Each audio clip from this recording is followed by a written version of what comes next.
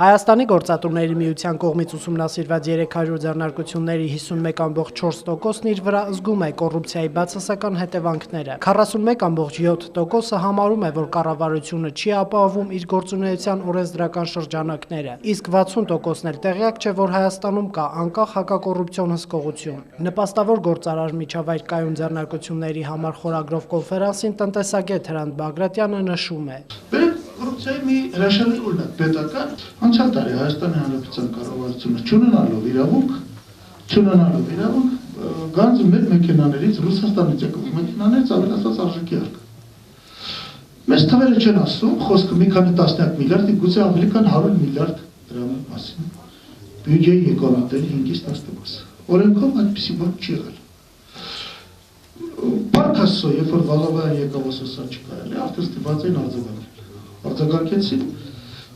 ֆինանսների նախարարի տեղակալի մակարդակով ասելով, բա ինչ անենք, որ բյուջեն առանց փող չեք տալու։